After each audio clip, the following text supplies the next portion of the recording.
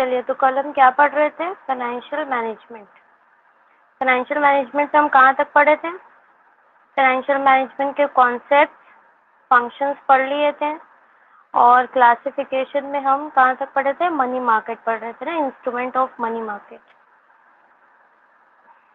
Call money का आप लोगों ने देख लिया था ना, 1 to 14 डेज होता है। अगर कॉल मनी एक दिन के लिए दिया जा रहा है, एक रात के लिए दिया जा रहा है, तो उसे कॉल मनी बोलते हैं। और एक दिन से ज़्यादा हुआ, यानी सेकेंड डे से लेकर 14 डेज तक अगर दिया जा रहा है, तो वो नोटिस मनी होता है। और उस 14 डेज के बाद तक के लिए दिया जा रहा है, तो उसे टर्म मनी बोलते हैं।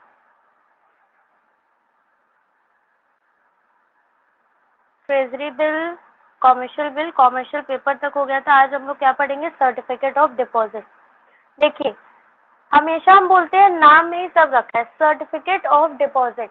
डिपॉजिट का सर्टिफिकेट है, बस, और कुछ नहीं है। जो हम बैंक में डिपॉजिट रखे हैं उसका सर्टिफिकेट है, वही है सर्टिफिकेट ऑफ डिपॉजिट। ये एक इंस्ट्रूमेंट होता है मनी मार्केट का। ये बैंक क्या करती है? इशू करती है। किसको इशू करेगी? पब्लिक को इशू करेगी। अब पब्लिक उसको खरीद लेगी, तो पब्लिक खरीद लेगी तो क्या होगा? पब्लिक को इंटरेस्ट मिलेगा। जैसे 10,000 का सर्टिफिकेट ऑफ डिपॉजिट, नहीं 10,000 का नहीं, ये 25,000 25,000 का होता है या 1 लाख का? चलिए, ये भी हम क्लियर करके बताएंगे। इसका अमाउंट होता है फिक्स अमाउंट, उसी के मल्टीपल में ये इशू किया जाता है। सपोज करिए, एज्यूम कर लीजिए 10,000 का certificate of deposit bank issue कर ली, तो अब पब्लिक क्या करेगी? उसे परचेज कर लेगी। पब्लिक उसको परचेज करेगी तो पब्लिक को क्या मिलेगा? एक फिक्स टर्म तक उसे इंटरेस्ट मिलेगा। ये फिक्स्ड डिपॉजिट की तरह होता है, लेकिन एग्जैक्टली उसकी तरह नहीं होता। ये शॉर्ट पीरियड के लिए होता है, जबकि जो हमारा फिक्स डिपॉजिट होता है वो लॉन्गर पीरियड के लिए होता है। अगर किसी को शॉर्ट पीरियड के लिए फिक्स्ड अमाउंट इन्वेस्ट करना होता है बैंक में, तो वो सर्टिफिकेट ऑफ डिपॉजिट के थ्रू जाते हैं, क्योंकि इसमें उनको कम टाइम में इंटरेस्ट भी अच्छा खासा मिल जाता है, और कम समय में, मतलब शॉर्ट पीरियड में, उनका फिर जो प्रिंसिपल अमाउंट है विद इंटरेस्ट उनको पे भी हो जाएगा। लेकिन फिक्स डिपॉजिट में एक फिक्स पीरियड के लिए हमें रखना पड़ेगा। वो मोर देन 1 ईयर होता है, 2 year, 3rd year, 4th year, इतना भी हो सकता है। और फिक्स डिपॉजिट का अमाउंट भी ज़्यादा होता है। फिक्स डिपॉजिट का अमाउंट सर्टिफिकेट ऑफ डिपॉजिट जो होता है उसके अमाउंट से ज़्यादा का होता है। देखिए, सर्टिफिकेट ऑफ डिपॉजिट क्या है? इट इज़ अ टाइम और deposit which can be sold in a secondary market. Sorry, यहाँ सेकेंडरी नहीं होगा, प्राइमरी मनी मार्केट होगा। यहाँ मनी मार्केट होगा। इट इज अ टाइम और deposit which can be sold in the money market. Only a bank can issue certificate of deposit. It is a bearer certificate और document of title. It is also negotiable instrument होता है, ये भी can be transferred easily. ये सिर्फ और सिर्फ deposit का सर्टिफिकेट है। आपको बैंक सर्टिफिकेट दे दिया है कि आपका इतना पैसा हमारे यहाँ डिपॉजिट है, इतने समय के लिए है, इससे हम आपको इतना इंटरेस्ट देंगे, बस यही है certificate of deposit. Certificate of deposit is issued by banks against the deposit kept by company and institutions. The time period of CD range from 91 days to 1 year. जाहिर सी बात है, मनी मार्केट के जो instrument है वो तो short period के लिए है, 1 ईयर तक के लिए ही है। These can be issued to individuals, corporations, companies during the period of tight liquidity when the deposit growth of bank is slow but the demand for credit is high. देखिए, certificate of deposit कुछ नहीं है, सिर्फ और सिर्फ deposit का certificate है, बस एक फिक्स पीरियड के लिए। अगर पब्लिक अपना पैसा डिपॉजिट कराना चाहती है बैंक में शॉर्ट पीरियड के लिए, तो वो सर्टिफिकेट ऑफ डिपॉजिट परचेज कर लेती है। इसके थ्रू उसका जो अमाउंट है वो फिक्स पीरियड के लिए बैंक में डिपॉजिट रहेगा, और उससे उसे इंटरेस्ट भी मिलता रहेगा। वेयर जो फिक्स डिपॉजिट है, फिक्स डिपॉजिट के केस में हम क्या करते हैं? हमें एक लॉन्ग टर्म के लिए पैसा इन्वेस्ट करना होगा, पहला। दूसरी चीज, इस पे इंटरेस्ट जब हम लॉन्ग टर्म के लिए लगाएंगे पैसा तब अच्छा इंटरेस्ट मिलता है। और फिक्स डिपॉजिट पर हम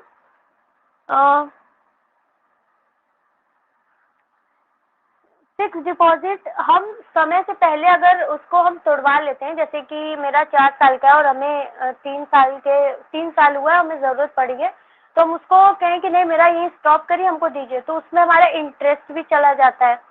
जो 4 साल का इंटरेस्ट बनता है उसमें से इंटरेस्ट भी कट जाता है। देखिए ये फ्रीली नेगोशिएबल इंस्ट्रूमेंट होता है certificate of deposit, whereas fix deposit negotiable instrument नहीं होता है। ये मेरे नाम पर फिक्स डिपॉजिट है, हम एफडी कराए हैं बैंक में, तो ये पैसा मेरे ही नाम पर रहेगा, हम ही इसको लेंगे, कोई और नहीं ले सकता। Whereas certificate of deposit हम किसी को भी ट्रांसफर कर सकते हैं, एफडी हम ट्रांसफर नहीं कर सकते, जिसका है उसी को मिलेगा मैच्योरिटी पर। CD can be issued for the period 1 year तक या लेस देन 1 ईयर के लिए होता है CD.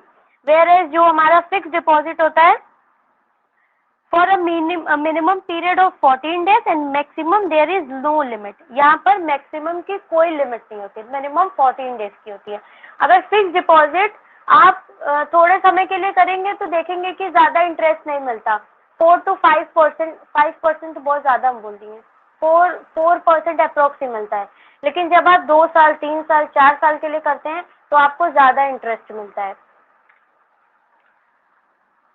CD are issued at discount on the actual amount of deposit held, ये डिस्काउंट पर भी इशू की जाती है।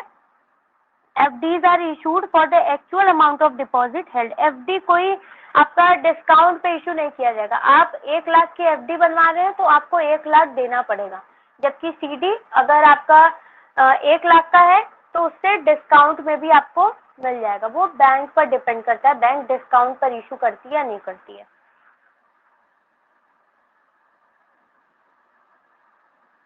बस इतने ही इंस्ट्रूमेंट है इसमें। कौन कौन से इंस्ट्रूमेंट है? Call money. कॉल मनी कौन सी इंस्ट्रूमेंट होती है? जो बैंक लेती है 1 डे के लिए, ओवरनाइट के लिए, या अगर 1 डे के लिए, 1 रात के लिए, 1 दिन के लिए, तो उसे हम कॉल मनी बोलेंगे। अगर 14 डेज तक है तो उसे हम क्या बोलेंगे? Notice money. अगर उससे ज़्यादा के लिए तो उसे हम बोलते हैं term money. Treasury bill, treasury bill कौन इशू करता है? आरबीआई इशू करता है। आरबीआई इशू करता है, किसके बिहाफ पे इशू करता है? गवर्नमेंट के बिहाफ पे इशू होता है। ये क्या होता है? सेफेस्ट इंस्ट्रूमेंट होता है, सेफेस्ट सिक्योरिटी होता है, और ये इसे हम जीरो कूपन बॉन्ड भी बोलते हैं। इस पे कोई भी इंटरेस्ट नहीं दिया जाता, और ये किस पे इशू किया जाता है? डिस्काउंट पे इशू किया जाता है, रिडीम एट पर किया जाता है। Commercial paper, commercial bill trade bill होता है, इसे हम अकोमोडेशन बिल भी बोलते हैं। ये एक बिजनेस फर्म दूसरे बिजनेस फर्म पर लिखती है। अच्छा, इससे हमें याद आया, हम कुछ होमवर्क दिए थे, चलिए लास्ट में पूछेंगे। Commercial bill, bill of exchange होता है, ठीक है। ये क्या करता है? ये क्या कराता है? ये रिकॉल कराता है, किसे? जिसे पैसा देना है, डेटर को। डेटर को रिकॉल कराता है कि आपको पैसा देना है। कॉमर्शियल बिल को हम डिस्काउंट भी करा सकते हैं, डिस्काउंट कराकर हम मैच्योरिटी के पहले ही पैसा ले सकते हैं। कॉमर्शियल पेपर क्या होता है? कंपनी इशू करती है। जब कंपनी को शॉर्ट टर्म के लिए पैसे की ज़रूरत होती है, चाहे वो शॉर्ट फ्लक्चुएटिंग वर्किंग कैपिटल की ज़रूरत हो, सीजनल वर्किंग कैपिटल की ज़रूरत हो, या शॉर्ट टर्म कोई भी ज़रूरत होती है, तो कंपनी इशू करती है कॉमर्शियल पेपर। और कौन सी कंपनी इशू करती है? ये जिसकी रेपुटेशन अच्छी होती है वही कंपनी इशू करती है। क्यों? ऐसा क्यों? क्योंकि ये एक अनसिक्योर्ड सिक्योरिटी होती है, सिक्योर्ड नहीं होती है। तो जिस पे भरोसा होगा, जिस कंपनी पे पब्लिक का, उसी कंपनी का इंस्ट्रूमेंट तो खरीदेगी पब्लिक। सर्टिफिकेट ऑफ डिपॉजिट क्या होता है? बैंक इशू करती है। This is the certificate of deposit. Deposit का सर्टिफिकेट होता है, एक फिक्स पीरियड के लिए होता है, इस पर इंटरेस्ट भी दिया जाता है, लेकिन ये फिक्स डिपॉजिट से डिफरेंट होता है। देखिए, मनी मार्केट क्या होता है? Market for short term instrument to money market are called near money. जो मनी मार्केट के इंस्ट्रूमेंट होते हैं उन्हें हम क्या बोलते हैं? Near money. क्यों नियर मनी बोलते हैं? क्योंकि इसमें लिक्विडिटी होती है, हाई लिक्विडिटी होती है इसमें, इसे हम इजीली कैश में कन्वर्ट कर सकते हैं।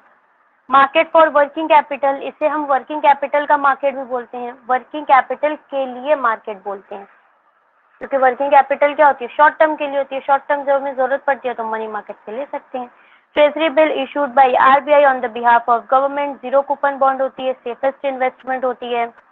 और कॉल मनी शॉर्टेस्ट ड्यूरेशन के लिए होती है, use to maintain cash reserve ratio, interbank money भी इसे हम बोलते हैं। कॉमर्शियल पेपर क्या होती है, अनसिक्योर्ड प्रोमिसरी नोट होती है, used for working capital requirement, bridge financing, seasonal needs etcetera. Commercial bill क्या होता है, suitable for credit buying and selling.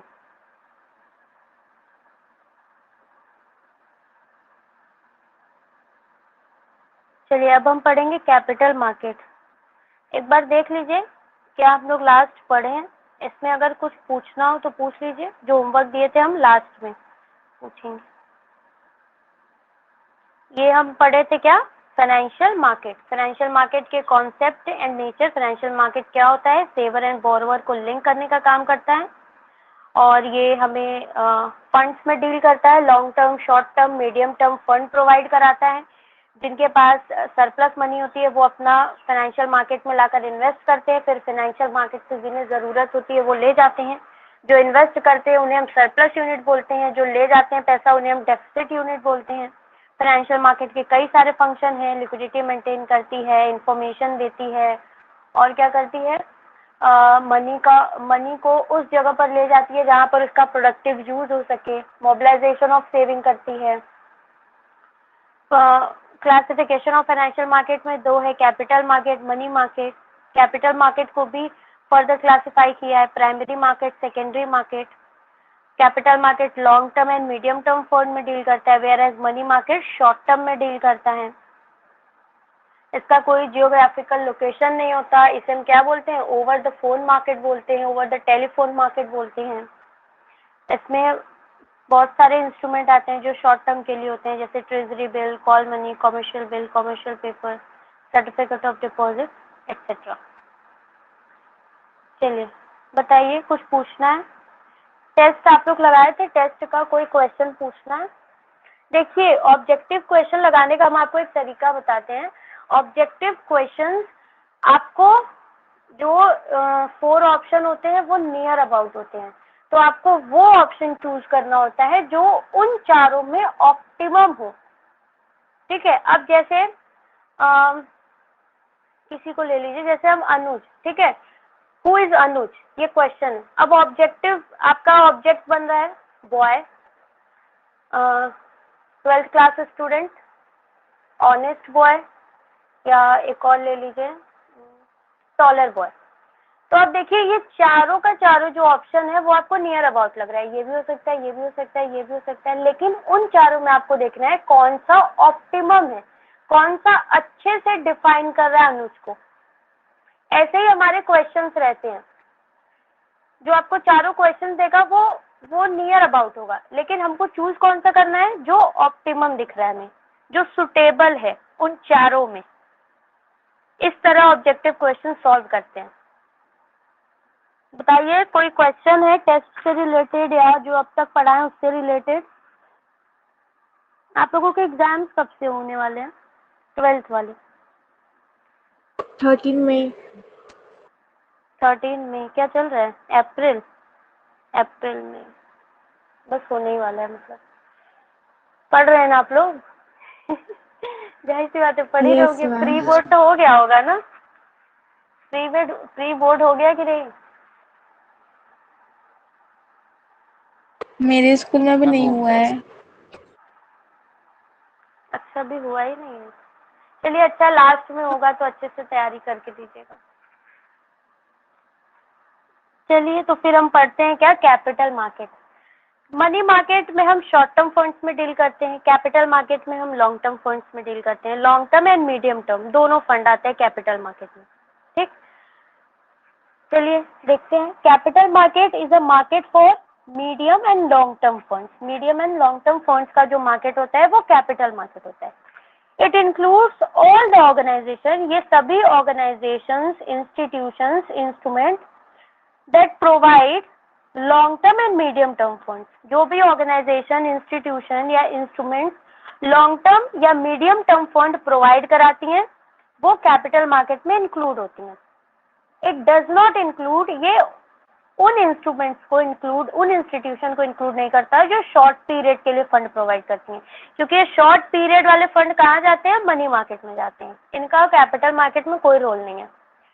The common instrument used in capital market, capital market में generally क्या क्या instrument use किए जाते हैं? Share, debenture, bonds, mutual funds, public deposit etcetera, जो लॉन्ग टर्म या मीडियम टर्म के होते हैं।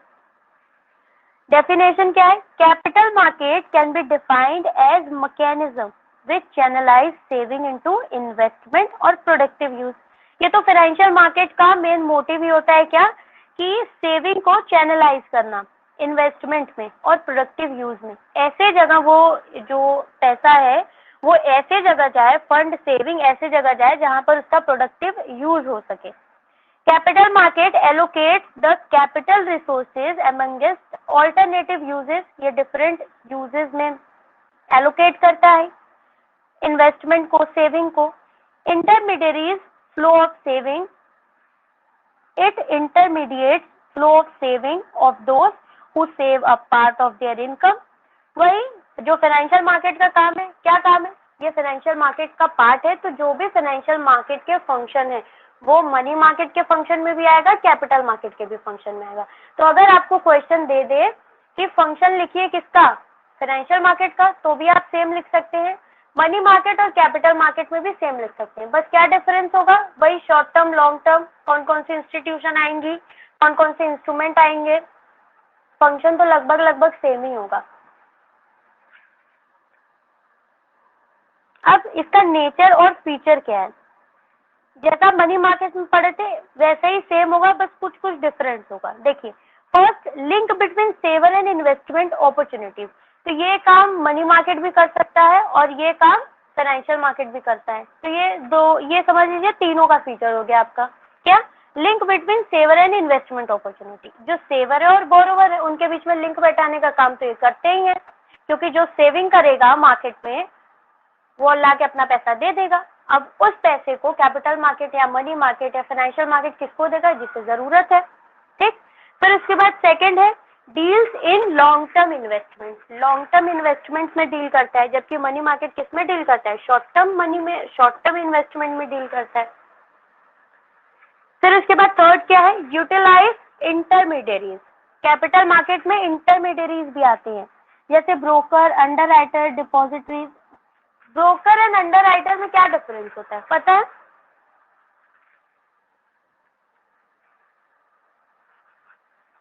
एनीवन?